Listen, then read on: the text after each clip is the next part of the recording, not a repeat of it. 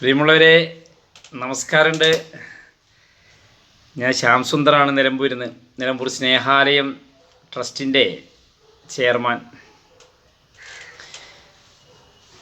Charity മേഖലയിലെ പൊയ്മുഖങ്ങളെക്കുറിച്ചാണ് ഇന്ന് ഞാൻ നിങ്ങളോട് പറയാൻ ആഗ്രഹിക്കുന്നത്.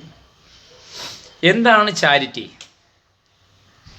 പാവപ്പെട്ട സഹജീവികൾക്ക്, മനുഷ്യർക്ക് ജാതിയോ മതമോ രാഷ്ട്രീയമോ സംഘടനയോ ഇല്ലാതെ അവർക്ക് ഒരു കൈത്താങ്ങാവണം. അതാണ് ചാരിറ്റി. ഭക്ഷണമാവട്ടെ, വസ്ത്രമാവട്ടെ, ചികിത്സാ സഹായങ്ങളാവട്ടെ, അല്ലെങ്കിൽ വിവാഹധന സഹായമാവട്ടെ, അല്ലെങ്കിൽ വിദ്യാഭ്യാസ സഹായമാവട്ടെ, ഇതെല്ലാം ചെയ്തു വരുന്ന, അല്ലെങ്കിൽ 29 വർഷമായിട്ട് അല്ലെങ്കിൽ 30-ാം വയസ്സിലേക്ക് കടക്കുന്ന നിലമ്പൂർ സ്നേഹാലയത്തിൻ്റെ പ്രവർത്തനങ്ങളെക്കുറിച്ച് ജസ്റ്റ് ഒന്ന് പറയുകയാണ് ഞാൻ നിങ്ങളോട്. നിലമ്പൂർ സ്നേഹാലയം 1994 ആരംഭിച്ചത്. എല്ലാവർക്കും അറിയാമല്ലോ. ചാരിറ്റി എന്ന് പറയുന്നത് പലർക്കും ഒരു മറയാണ്.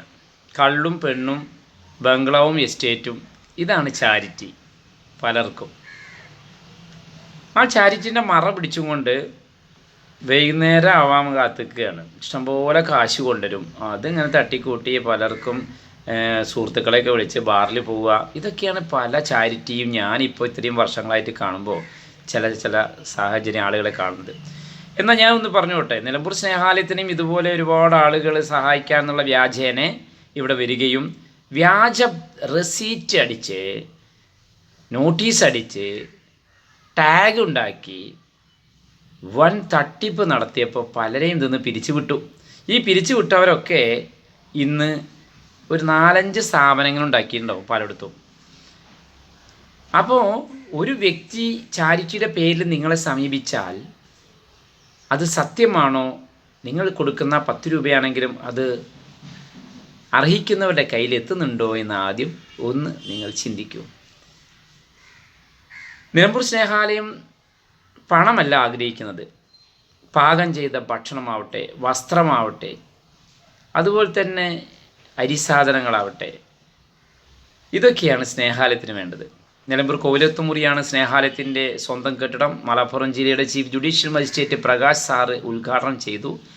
അതിൻ്റെ പുഴയുടെ സൈഡ് കെട്ടാത്തത് കാരണം താൽക്കാലികമായിട്ട് നിലമ്പൂർ ജ്യോതിപ്പടി LIC ഓഫീസിൻ്റെ തൊട്ടടുത്തുള്ള ഗാലക്സി അപ്പാർട്ട്മെൻറ്റിലാണ് ഈ ഒരു ട്രസ്റ്റ് ഇപ്പോൾ പ്രവർത്തിക്കുന്നത്. 16 വർഷമായിട്ട് നമ്മുടെ LIC റോഡിൽ തന്നെയായിരുന്നു. അപ്പോൾ നിങ്ങളുടെ വീട്ടിൽ വിശേഷ ദിവസമൊക്കെ ഉണ്ടാകുമ്പോൾ പരമാവധി നമ്മുടെ സ്നേഹാലയത്തെക്കുറിച്ച് ഓർക്കുക. 47 അംഗങ്ങൾക്ക് പുറമെ തെരുവോരത്തുള്ള ആളുകൾക്കും അതുപോലെ ഊരുകളിലും ആശുപത്രിയിലൊക്കെ പൊതിച്ചോറ് വിതരണമൊക്കെ നടക്കുന്നുണ്ട്. നിങ്ങളുടെ ശ്രദ്ധയിൽ, അല്ലെങ്കിൽ നിങ്ങൾ തന്നെ ഈ വീഡിയോ കാണുന്ന ആരുമാവട്ടെ പട്ടിണി കിടന്നു മരിച്ചു എന്ന് പറയുന്ന ഇടവരുത്തരുത്. 24 മണിക്കൂറും നിലമ്പൂർ സ്നേഹാലയത്തിൻ്റെ ഓഫീസിലേക്ക് വിളിക്കാം, വരാം. ഞങ്ങളാലാവുന്ന സഹായം ഞങ്ങളുടെ ഭാഗത്ത് നിന്ന് നിങ്ങൾക്ക് പ്രതീക്ഷിക്കാം. ഓക്കെ. അതുപോലെ തന്നെ നിങ്ങൾ തരുന്ന സംഭാവനകൾ 10 രൂപയാണെങ്കിലും അത് സ്നേഹാലയം റെസീറ്റ് തരുന്നതാണ്. റെസീറ്റ് ഇല്ലാത്ത ഒരു പണവും ആർക്കും കൊടുക്കരുത്. കാരണം എല്ലാ ആളുകളെയും ചതിച്ച് പണം പറ്റുന്ന ഒരു സമ്പ്രദായമാണ് ഇന്ന് കേരളത്തിൽ ചാരിറ്റി. ഒരു പുതിയ മുഖമാണ്. മുക്കിൽ ചാരിറ്റി സ്ഥാപനം തുടങ്ങുക. എന്താണ്? കാര്യമായിട്ടൊന്നുമില്ല. വർഷത്തിൽ ഒരു ദിവസം സ്കൂൾ തുറക്കുമ്പോൾ 10 നോട്ട് ബുക്ക് കൊടുക്കും. അതാണ് ഫോട്ടോ എടുക്കുക, വീഡിയോ എടുക്കുക, അതങ്ങോട്ട് പ്രചരിപ്പിക്കുക. പിന്നെ അടുത്ത വർഷം വരെ പിരിവോട് പിരിവ്. ഇതാണ് ചാരിറ്റി. അതുകൊണ്ട് ശ്രദ്ധിക്കൂ സുമനസ്സുകളെ, നിങ്ങളെ സമീപിക്കുന്ന ആൾക്കാർക്ക് ആർക്കും തന്നെ അർഹതയില്ലാത്തവർക്ക് സഹായിക്കരുത്.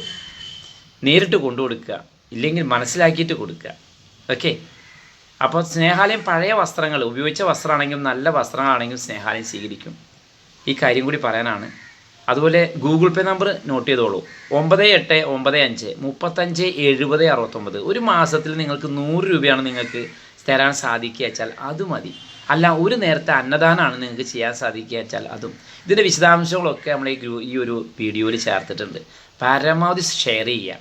അതുപോലെ തന്നെ നിങ്ങളുടെ ഈ പറഞ്ഞ പോലെ നമ്മുടെ മലപ്പുറം ജില്ലയിലാണെങ്കിൽ, അല്ലെങ്കിൽ മലപ്പുറം ആ ഒരു ഭാഗങ്ങൾ വരെ ഉള്ള പാകം ചെയ്ത ഭക്ഷണം സ്നേഹാലയം നേരിട്ട് പോയി സ്വീകരിക്കുന്നതാണ്. അപ്പോൾ നമ്പർ മറക്കണ്ട, ഗൂഗിൾ പേ നമ്പർ മറക്കണ്ട. ഒരു 10 രൂപയാണെങ്കിലും അത് മതി സ്നേഹാലയത്തിന്. ഓക്കെ.